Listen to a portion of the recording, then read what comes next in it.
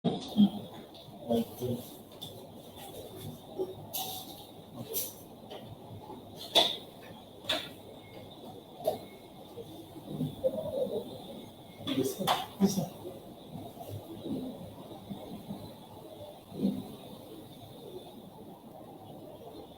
আলাইকুম। আমাকে কি শোনা যাচ্ছে?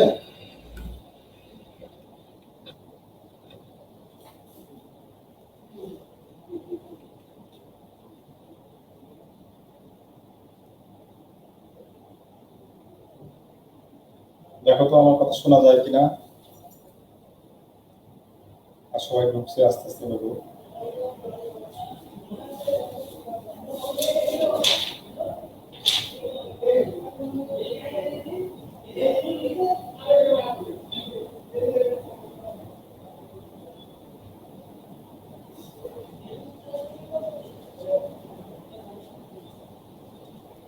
ওয়ালাইকুম আসসালাম। তোমরা কেমন আছো সবাই?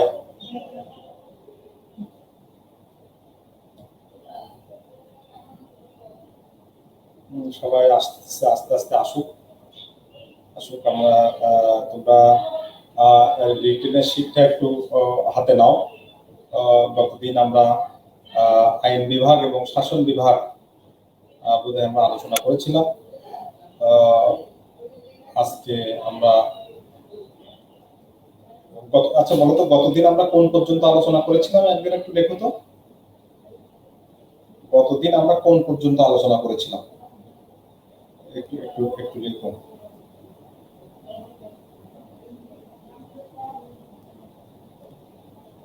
জামালপুর। আচ্ছা, খুব ভালো। তোমরা সারা দেশ থেকে আসো সবাই। তোমরা দেখো তো, আচ্ছা বলো তো একটু, গতদিন আমরা রিটেনে কোন টপিক পর্যন্ত আলোচনা করেছিলাম? লিখতে পারো তোমরা কষ্ট করে?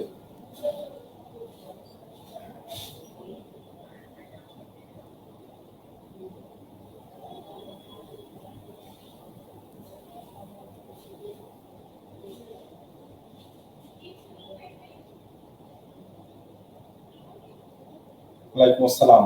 যে কেউ একজন একটু লিখো যে আমরা গতদিন কোন পর্যন্ত আলোচনা করেছিলাম রিটেনের। রিটেনের শীটটা একটু বাহির করো। আমার মনে হচ্ছে আমরা আইন বিভাগ এবং শাসন বিভাগ আলোচনা করেছিলাম মনে হয়। মনে আছে মনে তোমার? আচ্ছা, যাই হোক, আমরা তোমরা তোমাদের শীটের পেজ নাম্বার 100, 100 পেজ বাইর করো, 100 নম্বর পেজ বাইর করো। দেখো, বিচার বিভাগ থেকে তোমাদের প্রশ্ন আসবে 20 মার্কস। 20 মার্কসের প্রশ্ন হবে এখান থেকে। প্রশ্নগুলো ক খ গ ঘ 4 5 20 এইভাবে প্রশ্নগুলো হবে। কেমন? আমরা প্রথমটা থেকে আমরা পড়া শুরু করি। 100 নম্বর পেজ বের করো। 1 নম্বরে প্রথম প্রশ্নটা দেখো, বাংলাদেশের উচ্চ আদালতের গঠন সম্পর্কে লিখুন। এটা তোমাদের আসছে হলো 35 বিসিএস, 35তম বিসিএস আসছে। দেখো কেমন? দেখো, বাংলাদেশের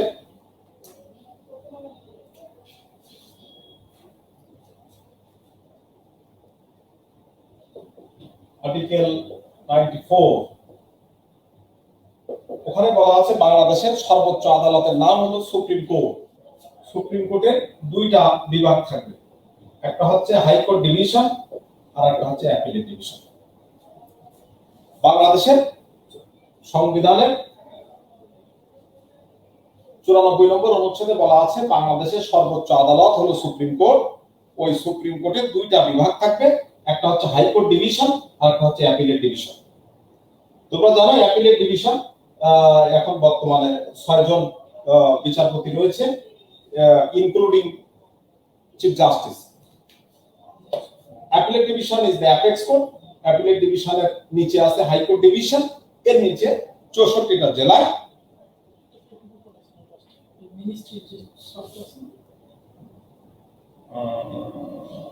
আচ্ছা শাসন, ঠিক আছে।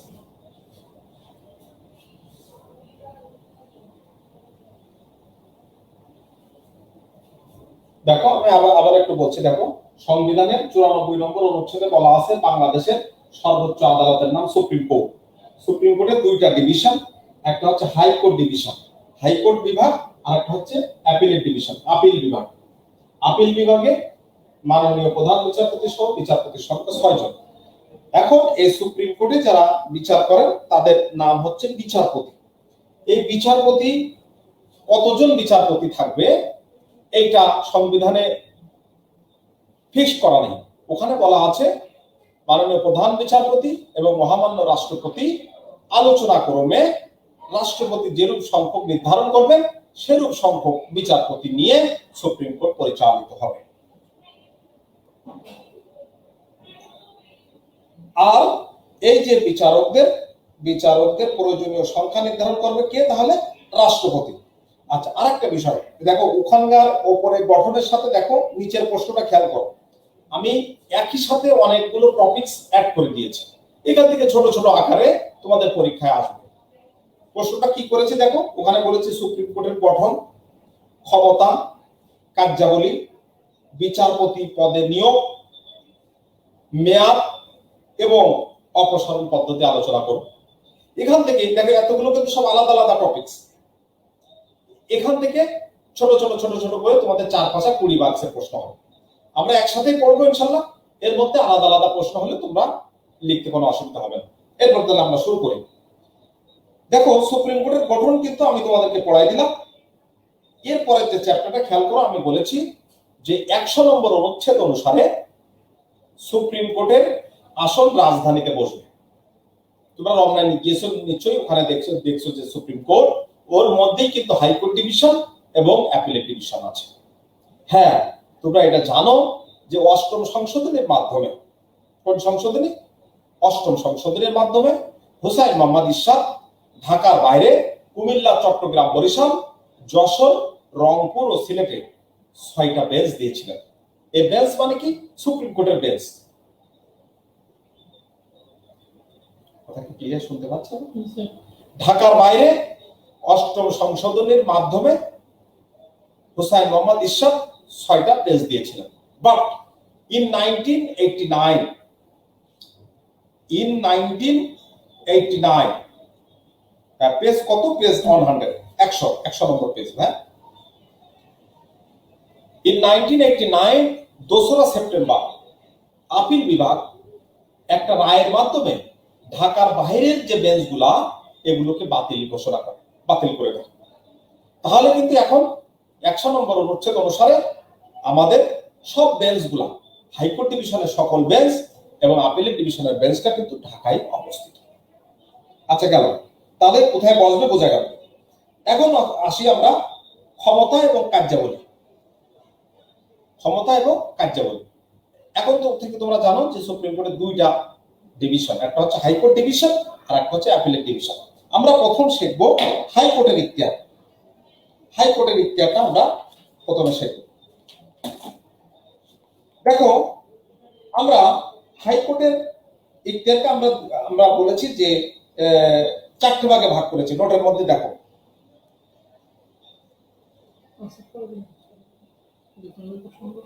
স্যার আপনি বললেন আপিল বিভাগের বিচারকের সংখ্যা 6 জন, কিন্তু সিটে 11 জন। 11 জনটা কেটে দাও, কারণ এই সিটটা যখন করা হয়েছিল তখন হয়তো এই সংখ্যা ছিল। It is changeable. আমি আগেই বললাম যে সংবিধানে কোথাও বলা নেই যে এতজন ফিক্সড হতে হবে। দেখো, তোমরা তো এখন অবশ্যই নেটে পড়াশোনা করো। তোমরা সুপ্রিম কোর্টে ঢোকো, সুপ্রিম কোর্ট অফ বাংলাদেশ। ঢোকার পরে হোমে যাওয়ার পরে ওখানে দেখবে অ্যাপিলেট ডিভিশন আছে, আপিল বিভাগ। ওখানে ক্লিক করো। ক্লিক করলে দেখবা যে ওখানে আপিল বিভাগের যে 6 জন আছে ওনাদের নাম আছে। সৈয়দ মাহমুদ হোসেন, উনি মাননীয় প্রধান বিচারপতি, এবং আর যে 5 জন ওনার নাম আছে। কেমন? তো সিটে থাকতেই পারে, সিটি চেঞ্জেবল। ভাইয়া, সিট চেঞ্জেবল, রাইট। তুমি সঠিক পয়েন্ট ধরেছো। এখন আমরা আসি পেজ নাম্বার কত পেজ রাখবো এটা।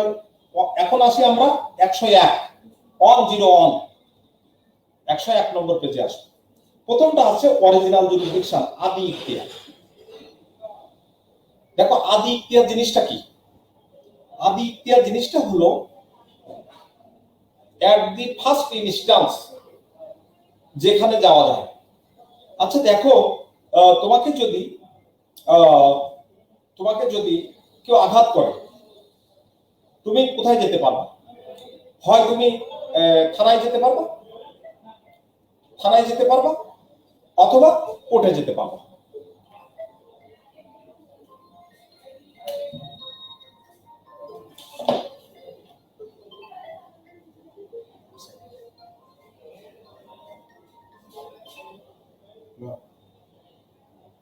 হ্যালো হ্যালো হ্যালো, আসো 7টার দিকে আসো।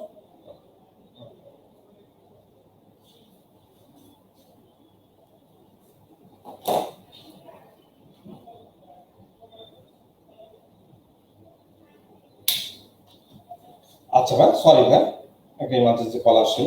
শোনো, আমি তোমাদেরকে এখন বোঝাবো হচ্ছে আদি ইখতিয়ার। জিনিসগুলো বুঝে নাও, তাহলে তোমাদের লিখতে সুবিধা হবে।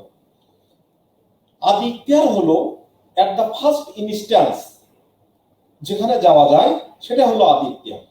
আমি বললাম যে তোমাকে যদি কেউ আঘাত করে, তুমি প্রথমে কোথায় যাবা? থানায় যাবা, অথবা কোথায় যাবা? কোর্টে যাবা, তাই না?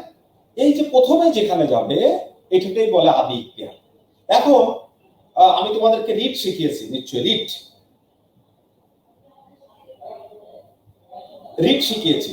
আমি রিট কি বলেছিলাম বলতো? আমি বলেছিলাম যে যদি তোমার কোনো মৌলিক অধিকার লঙ্ঘিত হয়, মৌলিক অধিকার লঙ্ঘিত হলে তোমাকে প্রথমে যেতে হবে কোথায়?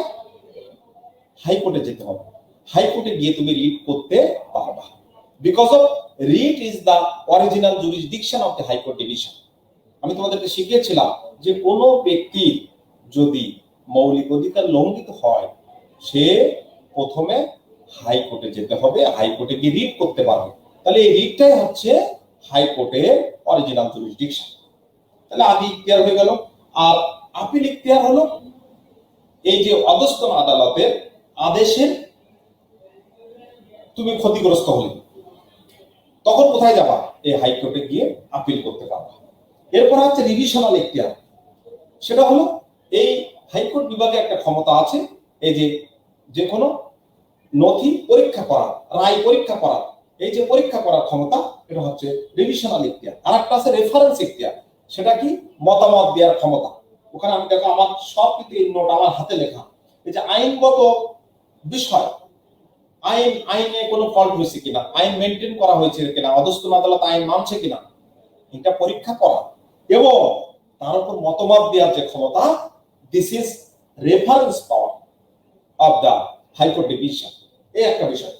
এখন দেখো, আমি এখানে বলে দিয়েছি যে হাইকোর্ট বিভাগকে 3 ধরনের ইখতিয়ার দিয়েছে সংবিধান। আমি এবার সংবিধানের কথা বলেছি। সংবিধানে 3 ধরনের ক্ষমতা হাইকোর্ট বিভাগকে দেওয়া হয়েছে। একটা হচ্ছে রিট জারির ইখতিয়ার, রিট জুরিসডিকশন, আর একটা হচ্ছে jurisdiction as to superintendence and control of the court, মানে তত্ত্বাবধান করার ক্ষমতা, আর একটা হচ্ছে মামলা হস্তান্তরের ক্ষমতা। এই তো তোমরা রিট পাওয়ার তো তোমরা বুঝতেই পেরেছো। আমি তোমাদেরকে আগের দিন শিখিয়েছি, সংবিধানের 44 নম্বর অনুচ্ছেদে বলা আছে কোন ব্যক্তির যদি মৌলিক অধিকার লঙ্ঘিত হয়, সে সংবিধানের 102 নম্বর অনুচ্ছেদ অনুসারে হাইকোর্ট বিভাগে গিয়ে রিট করতে পারে। এটা হাইকোর্টের একটা ক্ষমতা। আর একটা বিষয় আমরা এখানে বলেছি যে তত্ত্বাবধান করা, অধস্তন সমস্ত আদালত, সারা দেশের প্রত্যেকটা আদালত এই যে সুপারভাইজ করা, তাদের বিষয়গুলো দেখা, এই সুপারভাইজ করার ক্ষমতা হাইকোর্টের রয়েছে। আর একটা ক্ষমতা, সেটা হলো মামলা হস্তান্তরের ক্ষমতা। ধরো তোমার বাড়ি জামালপুর বা তোমার বাড়ি নরসিংদী, সেখানে তুমি একটা মামলায় বলছো যে হাইকোর্টে আবেদন করে বলছো যে মাননীয় আদালত, আমি এখানে বিচার পাবো না, এখানে এত পাওয়ারফুল লোক, সে আমার বিপক্ষে, আমি এখানে বিচার পাবো না। তখন হাইকোর্ট বিভাগ মামলাটা ওই জেলা থেকে নিয়ে অন্য জেলায় হস্তান্তর করতে পারে। এই যে মামলা ট্রান্সফারের যে ক্ষমতা, এটা ওনার আছে। আবার যদি তুমি বলো যে না, মাননীয় হাইকোর্ট বিভাগ, এটা আপনাকেই শুনতে হবে, আপনি বিচার করেন, তাহলে ন্যায় বিচার পাবো, তাহলে ওটা হাইকোর্টের নিজের কাছেও হস্তান্তর করতে পারেন। তার মানে কি, যে কোনো জায়গা থেকে মামলা নিয়ে নিজের কাছে নেয়া বা অন্য আদালতে দেয়া, এই ধরনের হস্তান্তর ক্ষমতা হাইকোর্ট বিভাগের রয়েছে। তাহলে আমরা বলছি যে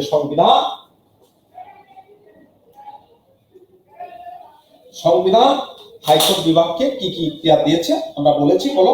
রিট করার ইখতিয়ার, তারপরে সুপারভাইজিং পাওয়ার যেটা সেটা দিয়েছে, আর হচ্ছে মামলা হস্তান্তর করার ক্ষমতা, এটা হাইকোর্টকে দিয়েছে। কে দিয়েছে? সংবিধান দিয়েছে। আর 2 নম্বর হচ্ছে আপিল বিভাগের ইখতিয়ার। আপিল বিভাগের ইখতিয়ার, আপিলের division, it is the apex court of Bangladesh. Appeal বিভাগের ইখতিয়ার আছে, তোমরা ওখানে দেখো, আমরা বলেছি অ্যাপিলেট জুরিসডিকশন, যে হাইকোর্ট বিভাগ যে রায়গুলো দেবে তার বিরুদ্ধে কোথায় যাওয়া যাবে? আপিল বিভাগে যাওয়া যাবে। তারপরে পরোয়ানা জারি বা নির্বাহ করার ক্ষমতা। দেখো, আপিল বিভাগের কোন আদেশ যদি তুমি লঙ্ঘন করো, তাহলে যে কোনো আদেশ দেওয়ার ক্ষমতা, তদন্ত করার ক্ষমতা, সেটা এক্সিকিউট করার ক্ষমতা, এটা কিন্তু আপিল বিভাগে রয়েছে। নির্বাহ ক্ষমতা, তুমি যে কোনো আদেশ যদি লঙ্ঘন করো, যে কোনো পানিশমেন্ট দেওয়ার ক্ষমতা আপিল বিভাগে রয়েছে। আর একটা হলো পুনর্বিবেচনা, রিভিউ। দেখো, আমি কতদিন বলেছিলাম, এই যে 16তম সংশোধনী পুনর্বিবেচনা, 16তম সংশোধনী হাইকোর্ট ডিভিশন বাতিল করে দিয়েছে, সরকার আপিল করেছে। আপিল করার পরে অ্যাপিলেট ডিভিশন রায় দিয়ে দিয়েছে, হাইকোর্টের রায় কিন্তু কনফার্ম করেছে অ্যাপিলেট ডিভিশন। এখন সরকারের পক্ষ থেকে কি করা হয়েছে বলতো? রিভিউ আবেদন করা হয়েছে। তাহলে রিভিউ আবেদনটা সব সময় মনে রাখবা, যে আদালত রায় দিয়েছে সেই আদালতেই, কারণ রিভিউ মানে কি? পুনর্বিবেচনা। হোয়াট ইজ পুনর্বিবেচনা? মানে আপনি যে রায়টা দিয়েছেন ওইটাই আর একটু বিবেচনা করাকে বলা হয় রিভিউ। তাহলে এই আপিল বিভাগ যে রায় দেবে সেটি পুনর্বিবেচনা করার ক্ষমতা তার রয়েছে। This is the review power of the appellate division. আরেকটা হচ্ছে অ্যাডভাইজারি জুরিসডিকশন। দেখো, 106 নম্বর অনুচ্ছেদে বলা হয়েছে, মহামান্য রাষ্ট্রপতি, তিনি তো সবার উপরে, উনি একটা ল পয়েন্টে একটু ক্লিয়ার হওয়া দরকার। উনি মহামান্য রাষ্ট্রপতি একটা লিগ্যাল অপিনিয়ন দরকার, তখন তিনি কি করতে পারেন? আপিল বিভাগে লিখবে যে আমার এখানে একটু ব্যাখ্যা দেন, আমাকে বোঝান, আমাকে একটু উপদেশ দেন, অ্যাডভাইজারি জুরিসডিকশন, যে এটা লিগ্যাল ফোর্সটা কি। তখন ওনারা একটা লিখিত মতামত দিবেন যে এই বিষয়টাই। তবে মনে রেখো, এই যে মতামত, ইট ইজ নট বাইন্ডিং আপন দা অনারেবল প্রেসিডেন্ট অফ বাংলাদেশ। হ্যাঁ, উনি ওটা বোঝার জন্য এটা উনি দেখবেন, but it is not binding আপন দা অনারেবল প্রেসিডেন্ট।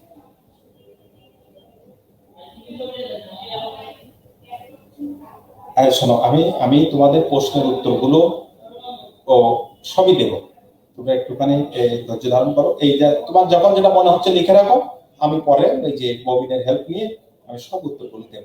আমাকে একটুখানি আগাই নিয়ে আগে তোমাদের। আচ্ছা, গেল। এখন আমরা পড়বো হলো বিচারপতির নিয়োগ। ভালো কথা, বিচারপতির নিয়োগ। দেখো, এটা কিন্তু প্রত্যেকটা কিন্তু তোমাদের মুখস্থ লেখা লাগবে।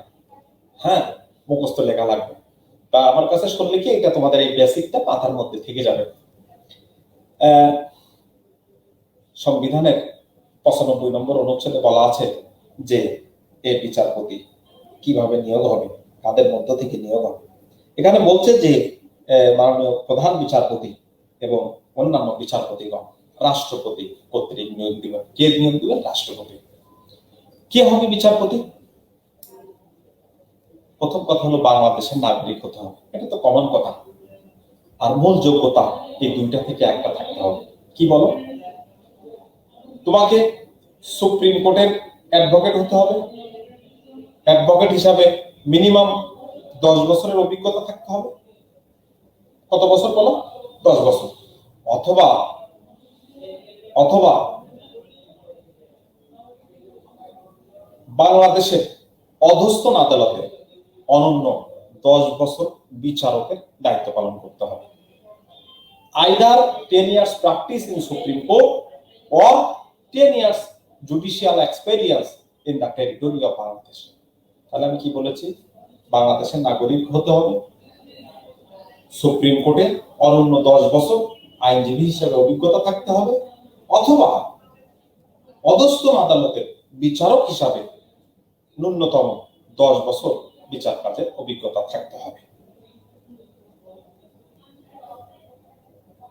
অ্যাডভাইজারি জুরিসডিকশনটা আবার বলেন স্যার। অ্যাডভাইজারি জুরিসডিকশন হচ্ছে মহামান্য রাষ্ট্রপতি যদি কোনো বিষয়ে লিগ্যাল অ্যাডভাইস দরকার হয়, কোনো কিছু ক্লিয়ার হতে চান, উনি আপিল বিভাগকে বলবে যে আমাকে মতামত দেন, তখন আপিল বিভাগ লিখিতভাবে মহামান্য রাষ্ট্রপতিকে একটা মতামত দেবেন। এই যে মতামত দেওয়ার ক্ষমতা, this is advisory jurisdiction of the appeal বিভাগ। তাহলে আমার মনে হয় তোমাদেরকে আমি এটা বোঝাতে পেরেছি। আর একটা কথা, ওই যে নিয়োগ লাভের জন্য যে যদি পার্লামেন্ট কোনো আইন করে দেয়, বাংলাদেশে এখনো কোনো আইন হয় নাই যে সুপ্রিম কোর্টের বিচারপতি হতে গেলে এই কোয়ালিটি গুলো থাকতে হবে, এখন কিন্তু এরকম আইন হয় নাই। এই সংবিধান অনুসারে সংবিধানেই বলা আছে যে এই দুটো যোগ্যতা, একটা যোগ্যতা থাকলে উনি করতে পারেন, উনি বিচারপতি হতে পারেন। সেটা কি, হয় সুপ্রিম কোর্টে 10 বছর হিসাবে আইনজীবীর অভিজ্ঞতা, অথবা অধস্তন আদালতে 10 বছর বিচার কাজের অভিজ্ঞতা। এখন আমরা তোমাদেরকে শেখাবো যে বিচারকদের পদের মেয়াদ, বিচারকদের পদের মেয়াদ। দেখো, এটা 96 নম্বর অনুচ্ছেদে বলা আছে, 96(1) আর 96(4). 96(1) বলা হচ্ছে যে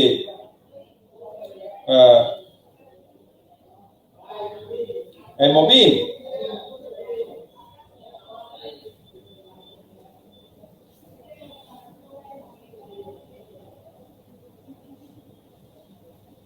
মবিন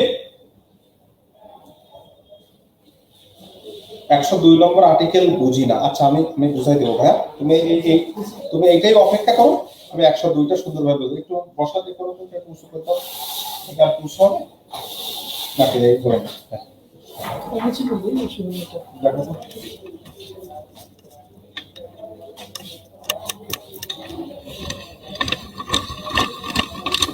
ঠিক আছে,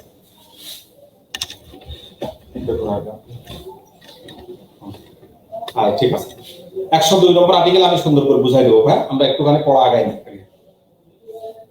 সেটা হলো যে আমি কি বলতেছিলাম, পদের মেয়াদ। 96(1) দেখো, বিচারপতিদের বয়স সীমা করছে তোমার 67 বছর। কত বছর বলো? 67 ইয়ার্স। তাহলে এটা কিন্তু মাননীয় প্রধান বিচারপতি সহ সকল বিচারপতিদের কথা বলছে। তাহলে বিচারপতি পদে একজন ব্যক্তি 67 বছর বয়স পর্যন্ত বহাল থাকবেন। এখন 96(4) বলছে এর আগে যদি কেউ চলে যেতে চান, তাহলে তিনি মহামান্য রাষ্ট্রপতির কাছে উনি কিন্তু স্বীয় স্বাক্ষরযুক্ত পত্র যোগে পদত্যাগ করতে পারেন। তাহলে বিচারপতিদের ওনাদের চাকরি বললে ভুল হবে, ওনারা তো সাংবিধানিক পদ। তাহলে বিচারপতি পদে উনি কত বছর থাকতে পারবে বলো? 67 বছর। কোথায় বলা আছে? 96(1)। আর 96(4) নম্বর অনুচ্ছেদে বলছে যে উনি ইচ্ছা করলে মহামান্য রাষ্ট্রপতির কাছে স্বীয় স্বাক্ষরযুক্ত পত্র যোগে পদত্যাগ করতে পারে। ঠিক আছে, এটা আমরা কোথায় বললাম? আমরা কিন্তু 102 নম্বর পৃষ্ঠায় আছি, 102 102 নম্বর পৃষ্ঠায় আছে। এখন বলবো বিচারপতিদের অপসারণ। খেয়াল করে শোনো, এখানে একটুখানি বোঝার বিষয় আছে। আমি যদি বলি এই মুহূর্তে কোন বিচারপতির অপসারণ, তুমি কোথায় অভিযোগ করবে? পার্লামেন্টে সুযোগ আছে বলো? পার্লামেন্টে না, কিন্তু 16তম সংশোধনীর মাধ্যমে ক্ষমতা তো পার্লামেন্টকেই দেওয়া হয়েছে, তাই কিনা বলো? এই কারণে তোমাকে জানতে হবে। দেখো আমাদের 96 নম্বর অনুচ্ছেদে ছিল হচ্ছে supreme judicial council. What is supreme judicial council? এটাও কিন্তু অনেক সময় টিকা আকারে আসে। সুপ্রিম জুডিশিয়াল কাউন্সিল এটাও কিন্তু টিকা আকারে আসে, এটা তোমাকে জানতে হবে। তাহলে সুপ্রিম জুডিশিয়াল কাউন্সিল এটা এমন একটা কমিটি, এমন একটা কাউন্সিল যেটা 3 জনের সমন্বয়ে গঠিত হয়। কয়জনের সমন্বয়? 3 জন।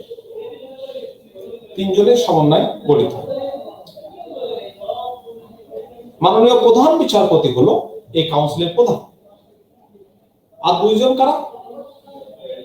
আপিল বিভাগের সর্ববয়োজ্যেষ্ঠ 2 জন বিচারপতি হলো কাউন্সিলের অপর 2 জন সদস্য। তাহলে সুপ্রিম জুডিশিয়াল কাউন্সিল, এটা মনে রেখো, সুপ্রিম জুডিশিয়াল কাউন্সিল 3 জনের সমন্বয়ে গঠিত। মাননীয় প্রধান বিচারপতি হলেন এর প্রধান এবং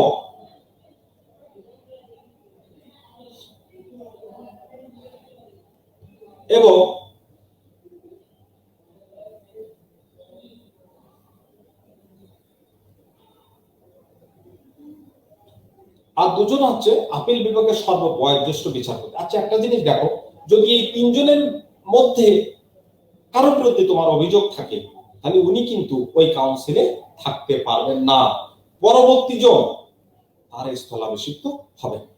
এখন এই কাউন্সিল তার কোন বিচারপতির বিরুদ্ধে যে অভিযোগ আসবে সেটা তদন্ত করবে।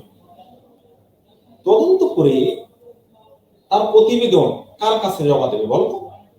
ওই প্রতিবেদনটা দিবে হচ্ছে মহামান্য রাষ্ট্রপতির কাছে। কার কাছে দেবে? মহামান্য রাষ্ট্রপতির কাছে। মহামান্য রাষ্ট্রপতি যদি উক্ত রিপোর্টে সন্তুষ্ট হন তাহলে ওনাকে অপসারণ করবেন। আর যদি উনি মনে করেন যে না, উনি ইচ্ছা করলে ওটা অ্যাকসেপ্ট নাও করতে পারেন, ইটস আপন দা অনারেবল প্রেসিডেন্ট। তাহলে এটা গেল হচ্ছে। আচ্ছা এখন তাহলে আমি কি বলতেছিলাম, 16তম সংশোধনের মাধ্যমে এই ক্ষমতাটা সুপ্রিম জুডিশিয়াল কাউন্সিল থেকে সংসদের কাছে গেল। বাট 16তম সংশোধনী বাতিল হয়ে গেল, অ্যাপিলেট ডিভিশন ওটা কনফার্ম করে দিল। এই মুহূর্তে কিন্তু তাহলে আর পার্লামেন্টে যাওয়ার কোনো সুযোগ নেই। You have to go to the supreme judicial council because of সর্বশেষ রায়। তোমরা জানো যে সুপ্রিম কোর্টের আপিল বিভাগের রায় এটা সবার জন্য বাধ্যকর। রায়ে 16তম সংশোধনী বাতিল হয়ে গিয়েছে। আচ্ছা আমার মনে হয় তোমরা বুঝছো। এরপরে ভাইয়া 102 নম্বর পৃষ্ঠায় এই প্রশ্নটা কিন্তু খুবই গুরুত্বপূর্ণ। এই যে নির্বাহী বিভাগ থেকে বিচার বিভাগ পৃথকীকরণ, দেখো খেয়াল করো ভাইয়া, 102 নম্বর পৃষ্ঠায় যাও, দেখো নির্বাহী বিভাগ থেকে বিচার বিভাগ পৃথকীকরণ। আমি বিষয়টা বিশদভাবে লিখে দিয়েছি, তোমরা পড়ো, তোমাদের ভালো লাগবে। একদম ইন্ট্রো আমি হিস্ট্রিক্যাল ব্যাকগ্রাউন্ড দিয়ে লিখে দিয়েছি। এখানে যে বিচার বিভাগ পৃথকীকরণের প্রেক্ষাপট, পৃষ্ঠা উল্টা কিভাবে কিভাবে হয়েছে তোমাদেরকে দেখিয়ে দিচ্ছে। এসে একদম সে 47 থেকে শুরু করে মাজদার হোসেন ভার্সেস বাংলাদেশ, এটা ইন এ নাটশেল আমি তোমাদেরকে একটু বোঝানোর চেষ্টা করেছি। এরপরে সেপারেশনের পরে এই যে 1 নভেম্বর 2007 এই যে ফুল কোর্টের মাধ্যমে, আচ্ছা একটা জিনিস হলো, একটা হচ্ছে ফুল কোর্ট আর একটা হচ্ছে ফুল বেঞ্চ। ফুল কোর্ট মানে হচ্ছে সুপ্রিম কোর্টের হাইকোর্ট বিভাগ এবং আপিল বিভাগের সমস্ত বিচারপতি বসে যখন কোনো ডিসিশন নেন সেটাকে বলে ফুল কোর্ট ডিসিশন। আর ফুল বেঞ্চ হচ্ছে সুপ্রিম কোর্টের আপিল বিভাগের বিচারপতিদের যে ডিসিশন ওইটা হচ্ছে বলা ফুল বেঞ্চ। এই যে একজন লিখছো যে ওখান থেকে আসো, উনি ভালো জানবেন, উনি হয়তো প্র্যাকটিস করেন, কিন্তু সবাই তো আর প্র্যাকটিস করেন না, যার কারণে আমাকে একটু বলতে হয়। আচ্ছা যাই হোক, এটা তোমরা পড়ে নেবা, আমি মূল কথাটা আমি তোমাদেরকে বুঝাই দিচ্ছি, খুব ভালো করে শোনো। এটা কিন্তু আজকে তোমরা একটু কষ্ট করে হলে পড়বা, এই এই এই সেপারেশনের শীটটা একটুখানি পড়বা, আমি তোমাদেরকে রিকোয়েস্ট করছি। তাহলে কি হবে জানো, এই সেপারেশনের বিষয়টা তোমাদের কাছে একদম ক্লিয়ার হয়ে যাবে। আমি আমার ক্ষুদ্র জ্ঞানে চেষ্টা করেছি একটু পরিষ্কার করে লেখার জন্য। আমি তোমাদেরকে এখন একটু বেসিকটা একটু বুঝিয়ে দিচ্ছি। দেখো, সেপারেশন মানে তিনটা বিষয়। খেয়াল করো, পৃথকীকরণ মানে তিনটা বিষয়। এক বিভাগের লোক অন্য বিভাগে বসবে না, এক বিভাগের লোক অন্য বিভাগের কাজ করবে না, এক বিভাগের লোক অন্য বিভাগের কাজে হস্তক্ষেপ করবে না। দেখো, তোমরা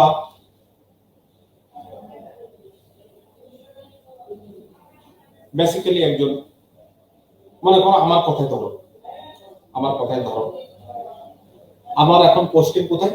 আইন মন্ত্রণালয়। আচ্ছা, আমার কথা বাদ দাও, আমি তোমাদেরকে নর্মালি বুঝাই দিই। 1 নভেম্বর 2007 আগের কথা দিয়ে বুঝাই দিই। ধরো তুমি একজন প্রশাসনের লোক, অ্যাডমিন ক্যাডারের একজন মানুষ। তোমরা জানো যে 1 নভেম্বর 2007 আগে ম্যাজিস্ট্রেট বলতে বোঝাতো শুধুমাত্র বিসিএস প্রশাসন ক্যাডারের সদস্যদের। তখন ম্যাজিস্ট্রেসির ক্লাসিফিকেশন কি ছিল? Magistrate of first class, magistrate of second class, magistrate of third class. Magistrate of first class, magistrate of second class, magistrate of third class. All magistrates were the members of the প্রশাসন cadre, admin cadre. কারণ কি? 1 November 2007 আগে ফৌজদারি মামলায় দেখো অপরাধ কিন্তু দুই প্রকার, একটা হলো দেওয়ানি, একটা ফৌজদারি। যারা তোমরা লয়ার স্টুডেন্ট তারা খুব ভালো জানো, কিন্তু যারা লয়ার না তাদেরকে একটু বোঝার জন্য আমি বলছি। দেওয়ানি হলো কি? জায়গা জমি, পারিবারিক বিষয়, দেনমোহর, ভরণ পোষণ, ক্ষতিপূরণের মামলা, কোন পদ নিয়ে প্রশ্ন, দিস ইজ দেওয়ানি। আর ফৌজদারি কোনগুলা? ক্রিমিনাল অফেন্স কোনগুলা? চুরি, ডাকাতি, মারামারি, রেপ, অ্যাবডাকশন, মার্ডার, এগুলো হলো ফৌজদারি। কেমন? এখন 1 নভেম্বর 2007 আগে ফৌজদারি অপরাধের সমস্ত মামলা শুরু হতো কিন্তু এই প্রশাসন ক্যাডারের ম্যাজিস্ট্রেটদের কাছে, এবং যেগুলো মামলা বিচারের জন্য প্রস্তুত হতো দায়রা আদালতে চলে যেত। আর 5 বছর পর্যন্ত সাজা দেওয়া, আমার কথাটা একটু বুঝে নেওয়ার চেষ্টা করো। 5 বছর পর্যন্ত সাজা দেওয়ার ফৌজদারি অপরাধের বিচার করার ক্ষমতা এটা কিন্তু প্রশাসন ক্যাডারের অফিসাররাই করত। এখন ওই যে একটু আগে তোমাকে বললাম, সেপারেশন মানে তিনটা বিষয়। এক বিভাগের লোক অন্য বিভাগে বসবে না, এক বিভাগের লোক অন্য বিভাগের কাজ করবে না, এক বিভাগের লোক অন্য বিভাগের কাজে হস্তক্ষেপ করবে না। কিন্তু দেখো, 1 নভেম্বর 2007 আগে শাসন বিভাগের লোকই কিন্তু বিচার বিভাগের একটা অংশের কাজ করতেন। এটা করা যাবে না। তাহলে এই যে আমি তোমাদেরকে বলেছি, ওই সেই হিস্ট্রিক্যাল ব্যাকগ্রাউন্ড দিয়ে লাস্ট আমি টেনে দিয়েছি বাংলাদেশে। আর দেখো, সংবিধানে কিন্তু আমাদের সংবিধান কার্যকর হয়েছে 1972 সালের 16 ডিসেম্বর। সেই সংবিধানের কিন্তু 22 নম্বর অনুচ্ছেদে লেখা ছিল বা লেখা আছে, the state shall ensure the separation of judiciary from the executive. রাষ্ট্র নির্বাহী বিভাগ থেকে বিচার বিভাগ পৃথকীকরণ নিশ্চিত করবে। দেখো, এই পৃথকীকরণ কার্যকর হচ্ছে কিন্তু 1 নভেম্বর 2007। কোথায় 16 ডিসেম্বর 72 আর কোথায় 1 নভেম্বর 2007? এই যে ব্যবধান, বিকজ অফ বিভিন্ন কারণে এটা কিন্তু করা হয় না। ডিউরিং দ্য কেয়ারটেকার গভর্নমেন্ট তোমরা জানো যে এটা হয়েছে, আর বর্তমান সরকার ক্ষমতায় এসে কিন্তু এটাকে এলাও করেছে। তোমরা জানো যে অর্ডিন্যান্স কিন্তু পরবর্তীতে পার্লামেন্টে যদি এটা পাস না হয় তাহলে কিন্তু বাতিল হয়ে যায়। বর্তমান সরকার কিন্তু এটা পাস করে দিয়েছেন বলেই আজকে এই সেপারেশনটা সম্ভব হয়েছে।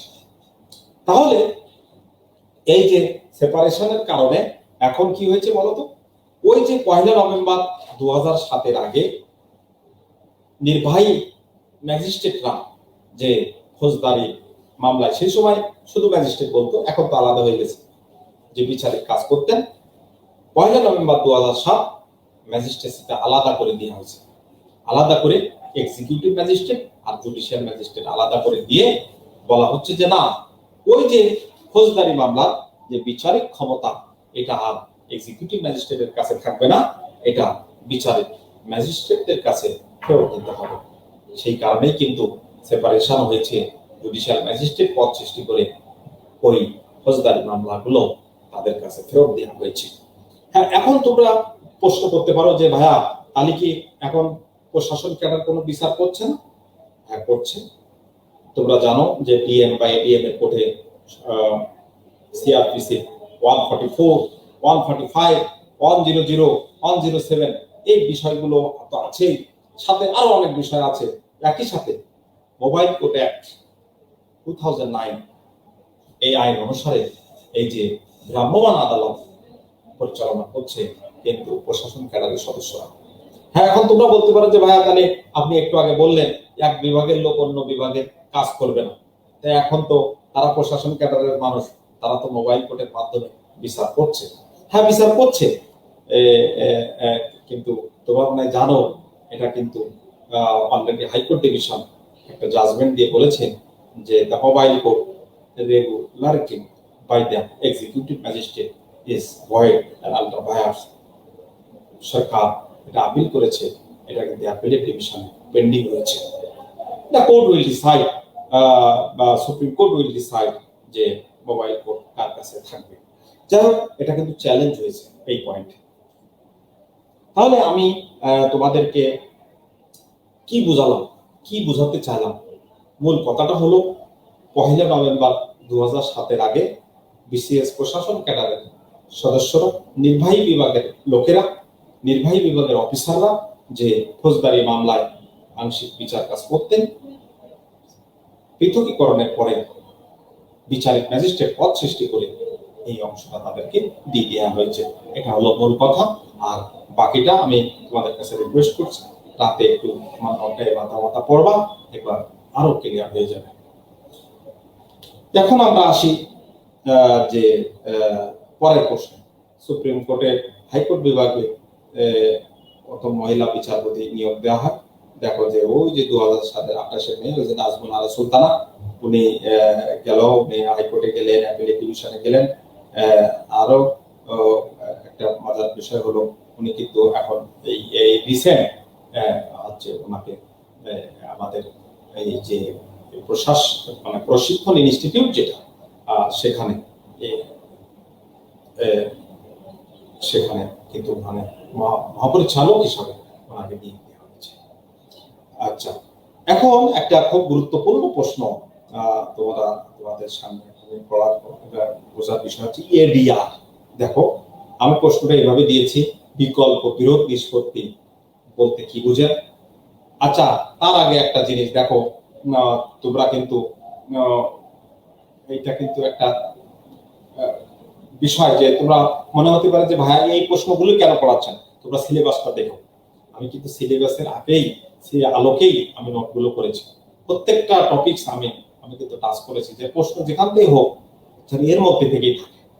তোমরা কিন্তু এর বাইরে ইনশাল্লাহ কোনো প্রশ্ন নেই, হবেও না।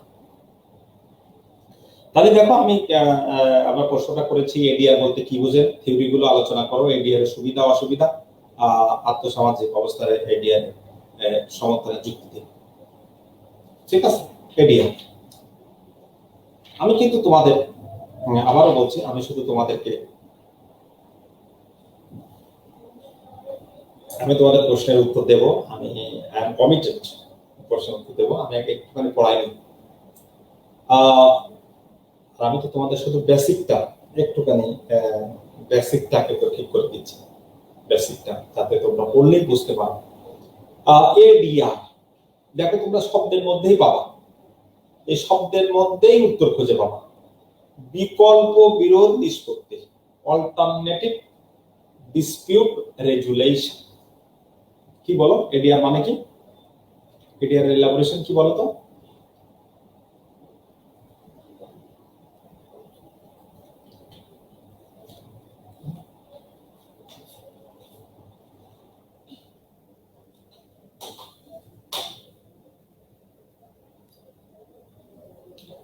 এডিআর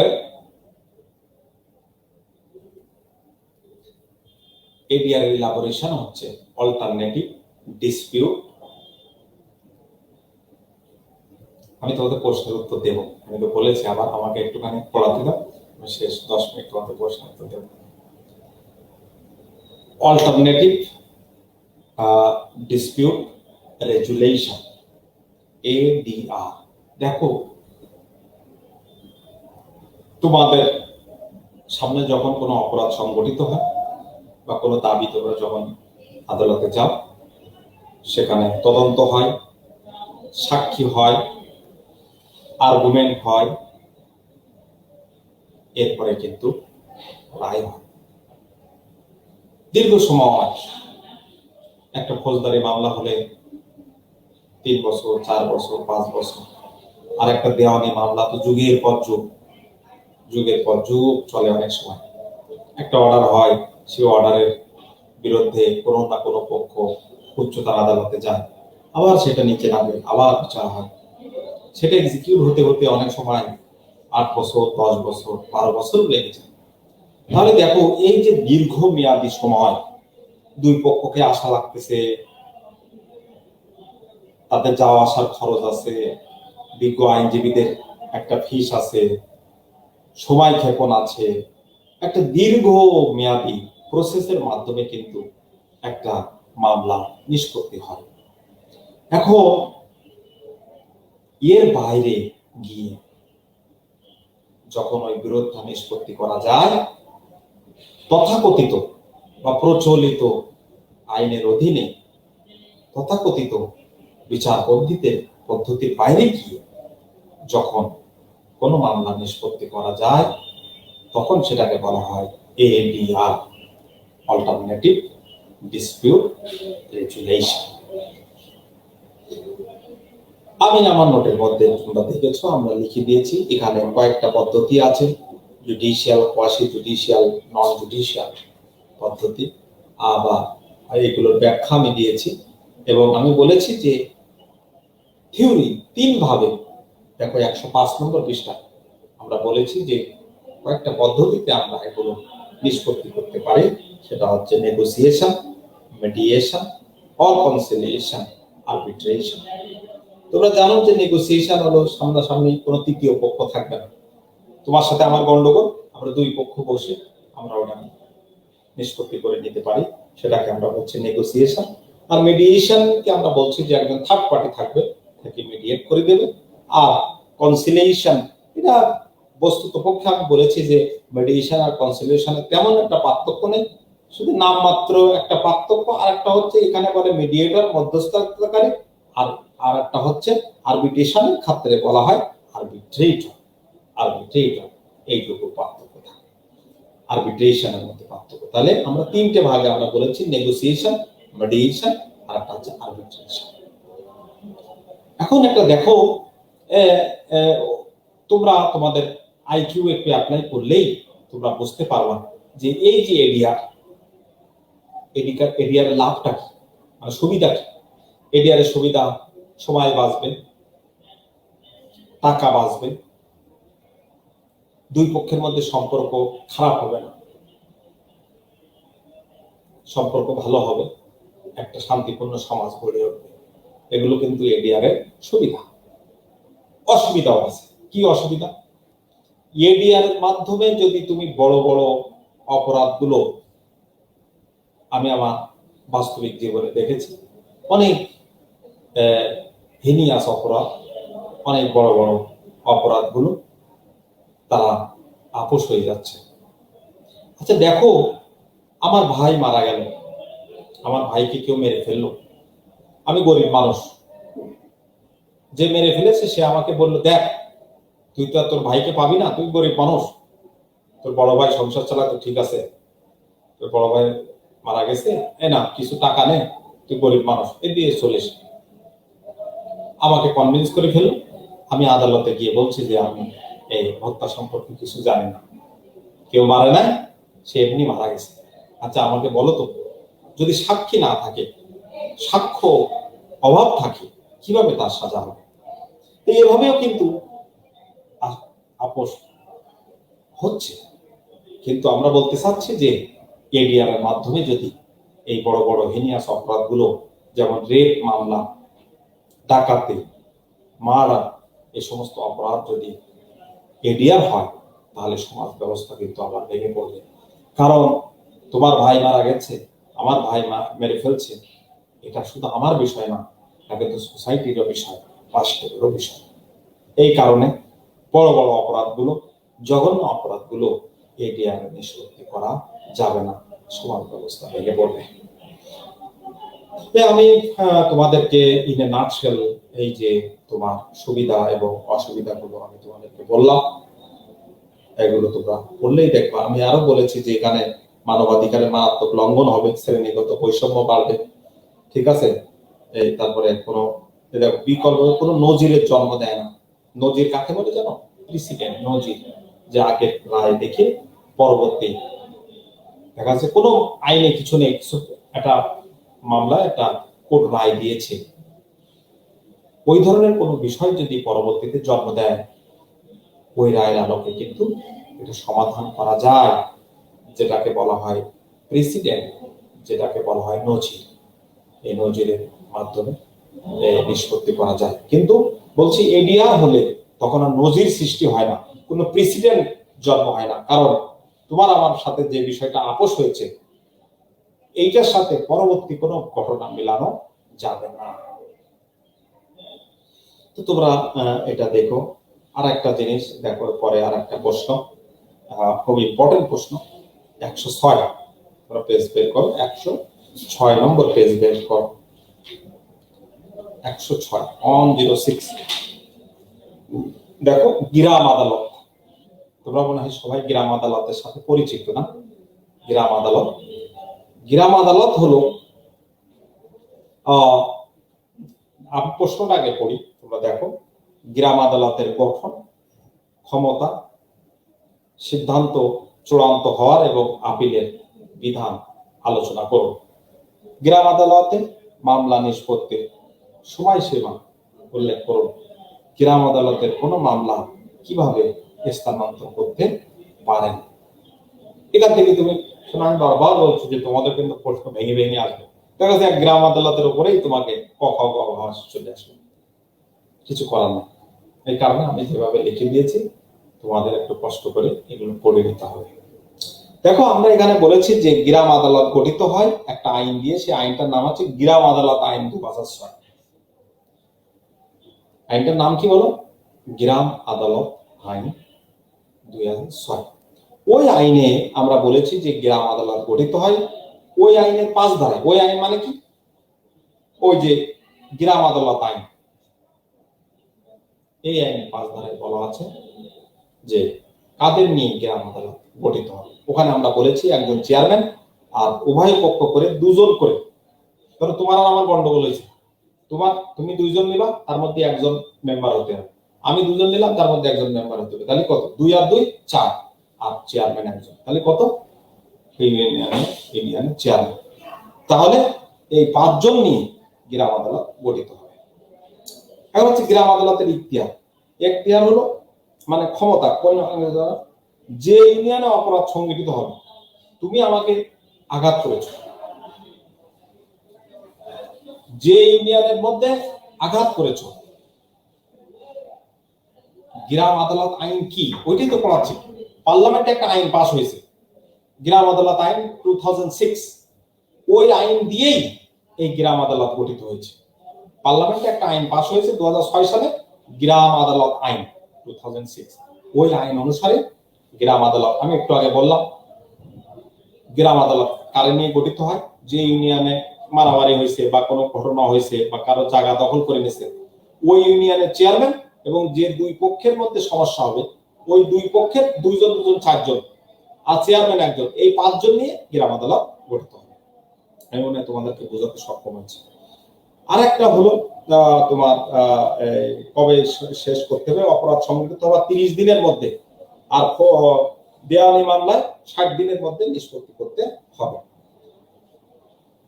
তাহলে ফৌজদারি মামলায় 30 দিন আর দেওয়ানি মামলায় 60 দিনের মধ্যে নিষ্পত্তি করতে হবে। আচ্ছা, এখন কথা হলো গ্রাম আদালতের ক্ষমতা কতটুকু? ৭৫,০০০ টাকা পর্যন্ত জরিমানা করার ক্ষমতা।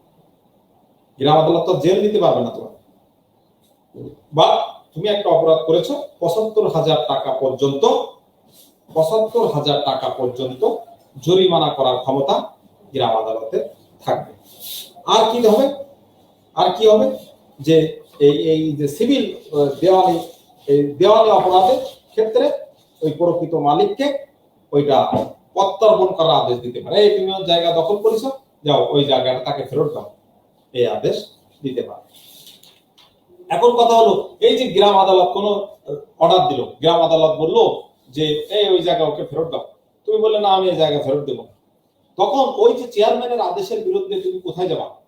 বা তুমি ওকে ওর কিছু ধান ক্ষতি করে দিছো, ফসল নষ্ট করে দিছো, ঘর বাড়ি ভাঙছো, তখন গ্রাম আদালতের যে চেয়ারম্যান, বা গ্রাম আদালত রায় দিল যে ৭৫,০০০ টাকা জরিমানা দেবে। তুমি বললে না আমি ৭৫,০০০ টাকা জরিমানা দিতে পারবো না। দিতে পারবো না মুখে তো বললে হবে না, ওই আদেশটাকে তোমার চ্যালেঞ্জ করতে হবে, ওই চেয়ারম্যানকে চ্যালেঞ্জ করতে হবে। কোথায় চ্যালেঞ্জ করবো সেটাই আমি বলছি। যদি দেওয়ানি মামলা হয় ওই জেলার, ওই ইউনিয়ন যে জেলার মধ্যে, ওই জেলার জজ সাহেবের কাছে, আর যদি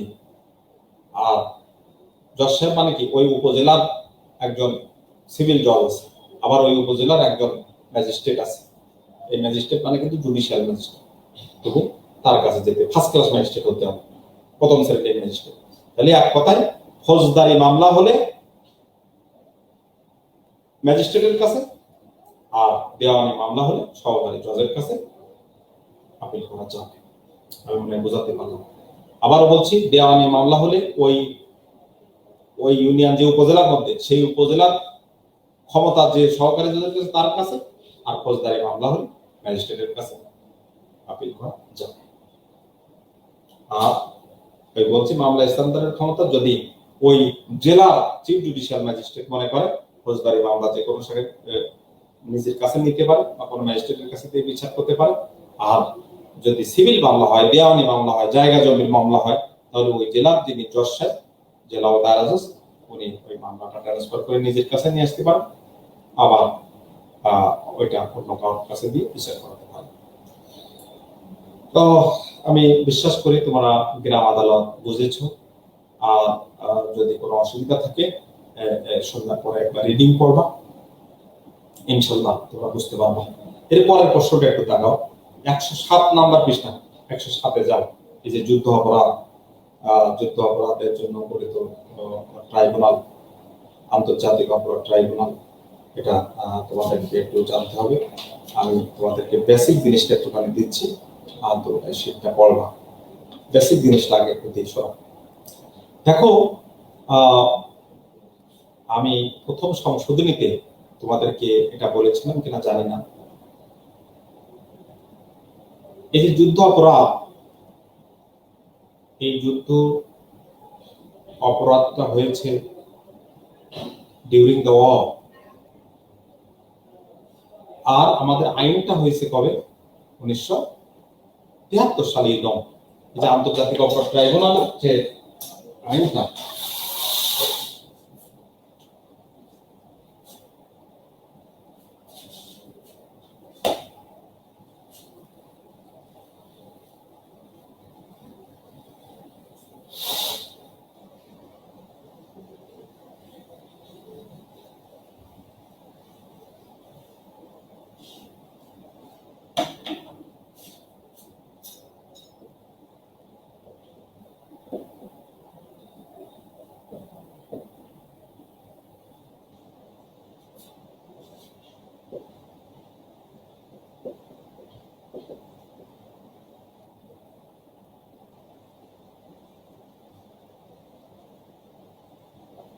তোমরা জানো যে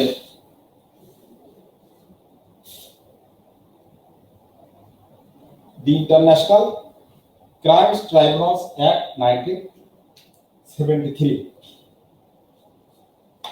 এই আইন অনুসারেই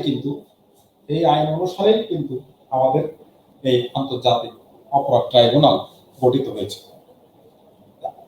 কেমন তোমরা কাহিনীটা দেখতে পাচ্ছ? এই ইন্টারন্যাশনাল ক্রাইমস ট্রাইব্যুনালস অ্যাক্ট 1973 দেখো লেখাটা দেখা যায় না, একটু মুশকিল। হ্যাঁ হ্যাঁ এবার দেখা যাচ্ছে, ঠিক আছে। দেখো the international crimes tribunals act 1973, সব ঠিক আছে, ঠিক আছে তোরা বুঝছো। দেখো এই আইনে বলা আছে যারা যারা সুপ্রিম কোর্টের বিচারক বা বিচারক ছিলেন বা বিচারক হওয়ার যোগ্যতা সম্পন্ন, সুপ্রিম কোর্টের বিচারক যাদেরকে তুমি বিচারপতি বলো, তাহলে সুপ্রিম কোর্টের রানিং বিচারপতি অথবা বিচারপতি ছিলেন অথবা বিচারপতি হওয়ার যোগ্যতা সম্পন্ন কোন ব্যক্তি এই আন্তর্জাতিক অপরাধ ট্রাইব্যুনালে বিচারক হতে পারবে। এই ট্রাইব্যুনাল ফরমেশন বলা আছে একজন চেয়ারম্যান এবং 2 জনের বেশি নয়, 2 জনের কম নয়, 4 জনের বেশি নয়। আমি আবার বলছি, একজন চেয়ারম্যান এবং 2 জনের কম নয়, 4 জনের বেশি নয়, এরূপ সংখ্যক বিচারপতি নিয়ে আইসিটি গঠিত হবে। আইসিটি মানে কি? ইন্টারন্যাশনাল ক্রাইমস ট্রাইব্যুনাল গঠিত হবে। সেখানে কি কি অপরাধের বিচার হবে আমাদের এই শীটে লেখা আছে। crimes against humanity, crimes against peace, or crimes, genocide, violation of any humanitarian rules, other crimes under international law, attempt, abatement, or conspiracy to commit such crimes. এই অপরাধগুলোর বিচার এই আইসিটিতে হবে। দেখো নোটের মধ্যে সব লেখা আছে, তোমরা খুব মনোযোগ দিয়ে পড়বা। এই দেখো এখান থেকে পড়বা, এখানে লেখা আছে দেখো 107 পৃষ্ঠা থেকে তোমাদের আন্তর্জাতিক অপরাধ ট্রাইব্যুনাল এটা শুরু, এটা কিন্তু বিস্তারিত লেখা আছে। তোমরা এখানে পড়বা কবে তার ফাঁসি দেওয়া হয়েছে সেটাও নোটের, কাদের মোল্লা, কামরুজ্জামান, সাকা চৌধুরী, আলী হাসান মুজাহিদ, মতিউর রহমান নিজামী, মীর কাসেম, তারপরে বিচারের যৌক্তিকতা, দর্শক বঙ্গবন্ধু ভিডিও অঙ্গীকারের প্রতিফলন, একবার সুন্দর করে এই নোটের মধ্যে লেখা আছে। কেমন এই একটা বিষয়। কিন্তু এখানে আমি এই ঝামেলা হচ্ছে সামনাসামনি ক্লাস না হলে একটা সমস্যা। এখানে কিন্তু একটা জিনিস বাদ পড়ে গেছে, সেটা হলো এই তোমরা মনে রেখো, সেটা হলো ওই যে প্রশাসনিক ট্রাইব্যুনালটা বাদ পড়ে গেছে। প্রশাসনিক ট্রাইব্যুনাল, আচ্ছা তুমি যেটা করবা এদেরকে ওই যে ওখানে প্রশাসনিক ট্রাইব্যুনালের যেটা শুধু প্রশাসনিক ট্রাইব্যুনালের শীটটা ওদেরকে পিডিএফ করে দেবো, একটা পেজ। বুঝতে পারছো? আমি তোমাকে দেখাই দেবো। শোনো আমি তোমাদেরকে বলছি, একটুখানি মনোযোগ দিয়ে শোনো। তোমাদের এখানে একটা খুব গুরুত্বপূর্ণ টপিক বাদ পড়ে গিয়েছে, সেটা হচ্ছে তোমার প্রশাসনিক ট্রাইব্যুনাল। প্রশাসনিক ট্রাইব্যুনাল কি, বাংলাদেশের প্রশাসনিক ট্রাইব্যুনাল কয়টা, প্রশাসনিক ট্রাইব্যুনালের কাজ কি, এটাও কিন্তু এর মধ্যে একটা গুরুত্বপূর্ণ প্রশ্ন। এটা যে কোনো ভাবে বাদ পড়ে গেছে, আমি চিন্তা করো না, এই যে আমি বলে দিচ্ছি যে তোমাদেরকে পিডিএফ করে দিয়ে দেবে। কেমন? পিডিএফ করে দিয়ে দেবে। দেখো আমি একটুখানি বলি, তোমরা একটু মনোযোগ দিয়ে শোনো। সংবিধানে 117 নম্বর অনুচ্ছেদে, আমার ক্লাস শেষে মোবাইল পিডিএফ করে দিয়েছি। সংবিধানে 117 নম্বর অনুচ্ছেদে বলা আছে যে 117 নম্বর অনুচ্ছেদ ক্ষমতা বলে জাতীয় সংসদে একটা আইন পাস হয়েছে, দি অ্যাডমিনিস্ট্রেটিভ ট্রাইব্যুনাল অ্যাক্ট, মানে প্রশাসনিক ট্রাইব্যুনাল আইন পাস হয়েছে 1980 সালে।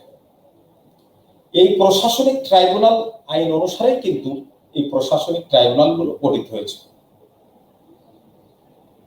কেমন পাইছো? সেটা পাইছো? আমার ওইটা দাও, আমি দেখাই দিচ্ছি। শুধু ওই পেজটা ওদেরকে পিডিএফ করে দাও, ওই যে পেজটা ওটা দিলাম, দেখা দিচ্ছি। এক সেকেন্ড দাও, এক সেকেন্ড দাও। কত? 89 পেজে আছে। দাঁড়া দাঁড়া দাঁড়া, আছে বলে আমার তো ভুল হচ্ছে। দাঁড়াও, ওটা বলছি 89 পেজে আছে। আচ্ছা আচ্ছা আচ্ছা, 89 কই? হ্যাঁ 89 পেজে তো অ্যাটর্নি জেনারেলের কাজ।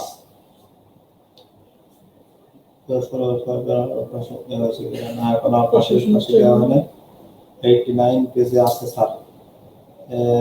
80 হ্যাঁ 6 জনের ফাঁসিটা ঠিক আছে, আমি যা পড়াচ্ছি সেটা আগে করো।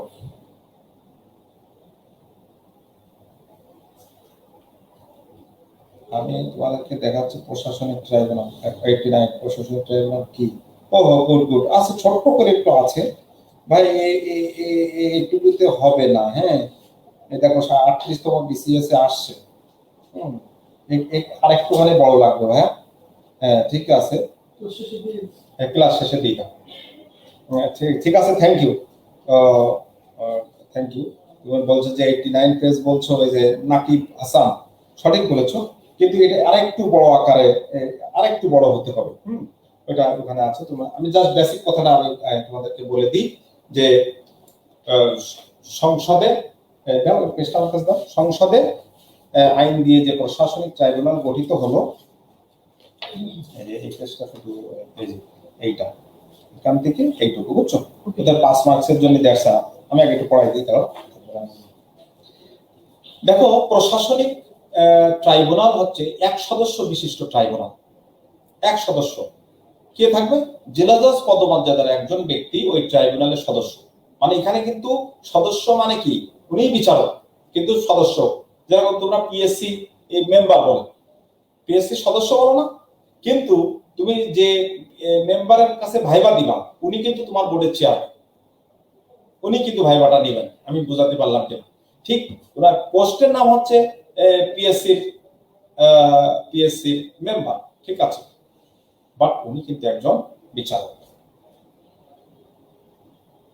এখন দেখো এই যে এই ট্রাইব্যুনাল বাংলাদেশে আমি বলেছি যে বর্তমানে 7টি প্রশাসনিক ট্রাইব্যুনাল আছে। দেখো ওটা 89 পেজে সব নাই, 89 পেজে সব নাই।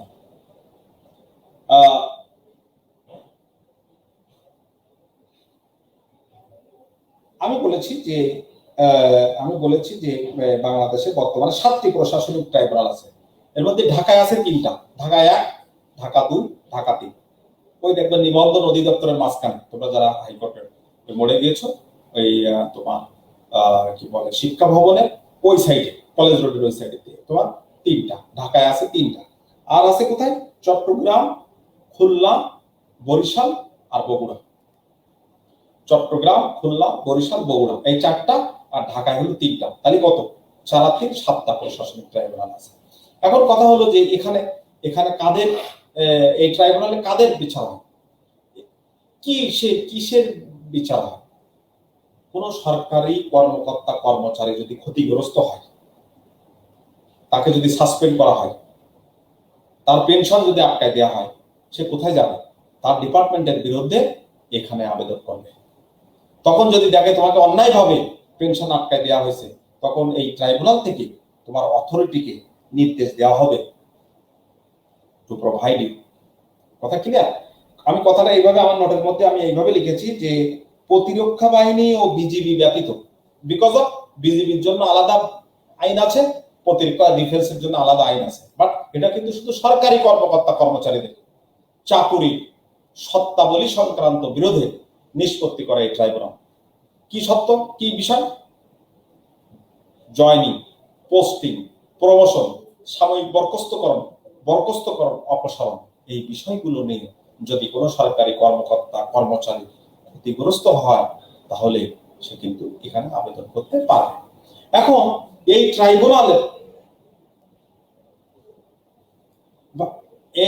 ট্রাইব্যুনালের আদেশের বিরুদ্ধে কোথায় যেতে পারবে?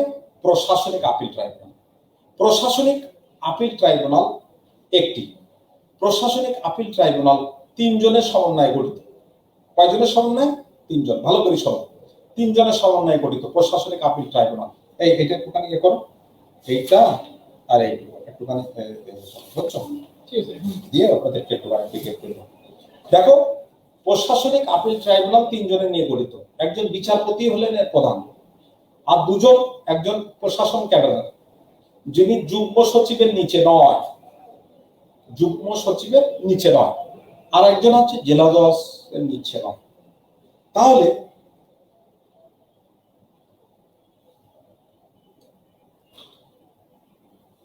কি লিখছো ভাই? ঢাকায় 3টা, চিটাগং, খুলনা, বরিশাল আর একটা বগুড়া। বগুড়া আর একটা কোথায়? বগুড়া। আমি তোমাদের এখনই পিডিএফ দিচ্ছি ভাই, পিডিএফ দিচ্ছি, ও কাজ করতেছি, দিয়ে দিচ্ছি ভাই। তো আমি কি বলতেছিলাম যে প্রশাসনিক আপিল ট্রাইব্যুনাল 3 জনের সমন্বয়ে গঠিত, হেডেড বাই জাস্টিস, আর 2 জন হচ্ছে not less than joint secretary আর একজন জেলা জজ। তাহলে এক কথায় একজন বিচারপতি, একজন যুগ্ম সচিব আর একজন জেলা জজের সমন্বয়ে প্রশাসনিক আপিল ট্রাইব্যুনাল গঠিত হয়। তারা কি করবে? প্রশাসনিক ট্রাইব্যুনালের আদেশে যদি তুমি ক্ষতিগ্রস্ত হও, তাহলে তুমি প্রশাসনিক আপিল ট্রাইব্যুনালে আবেদন করতে পারবে। এখন একটা বিষয় হলো, যদি প্রশাসনিক আপিল ট্রাইব্যুনালেও তুমি ক্ষতিগ্রস্ত হও, তাহলে তুমি কোথায় যেতে পারবা? প্রশাসনিক আপিল ট্রাইব্যুনালেও যদি তুমি ক্ষতিগ্রস্ত হও, তুমি যেতে পারবা সুপ্রিম কোর্টের আপিল বিভাগে লিভ টু আপিল দায়ের করা যাবে। আমার মনে হয় তোমরা বুঝছো, আরো এখন সিদ্ধি দেবে। এখন তোমাদের প্রশ্নগুলোর উত্তর আমি দিয়ে দিচ্ছি। অবিন, দেখো তোমরা কি কি প্রশ্ন করেছে, আর তোমাদের পিডিএফ আকারে দিয়ে দিচ্ছে। ওদের কি হয়েছে, কি জুম করবে না, রিটেনে করা লাগে না? হ্যাঁ,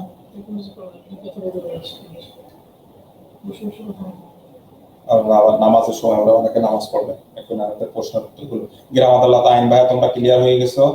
স্যার আদালত কয় প্রকার? আদালত তোমরা জানো 2 ধরনের, একটা হচ্ছে দেওয়ানি আদালত, একটা ফৌজদারি আদালত। দেওয়ানি আদালত, একটা ফৌজদারি আদালত। বিজিএস এক্সামের মাধ্যমে হয়, রাইট? জুডিশিয়ারি ম্যাজিস্ট্রেট নিয়োগ হয়। এরপরে তারাও আগের প্রশ্নগুলো অ্যাডভাইজারি জুডিশিয়াল আমি তোমাদেরকে বুঝাই দিয়েছি। আদালতগুলোর পাওয়ারের ক্রমটা কি বলবেন স্যার? পাওয়ারের ক্রমটা বলবো না কেন, অবশ্যই বলবো। যদি তুমি দেওয়ানি বলো, তাহলে সহকারী জজ, এর উপরে সিনিয়র সহকারী জজ, এরপরে যুগ্ম জেলা জজ, এরপরে অতিরিক্ত জেলা জজ, এরপরে হচ্ছে জেলা ও দায়রা জজ। আর তুমি ম্যাজিস্ট্রেসিতে বলো যদি judicial magistrate, senior judicial magistrate, additional chief judicial magistrate, chief judicial magistrate. আর মেট্রোপলিটন এরিয়ায় metropolitan magistrate, additional chief metropolitan magistrate and chief metropolitan magistrate. এটা হায়ারার্কি। স্যার আপনি বললেন আপিল বিভাগের বিচারকের সঙ্গে 6 জন, কিন্তু সেটি 11 জন। এটা আমি বলে দিয়েছি, এটি চেঞ্জেবল। এটা এখন 6 জন। তোমরা সুপ্রিম কোর্টের এতে ঢুকলেই, গুগলে সার্চ করে আপিল বিভাগে ঢুকলেই বুঝতে পারবা যে এখন কয়জন।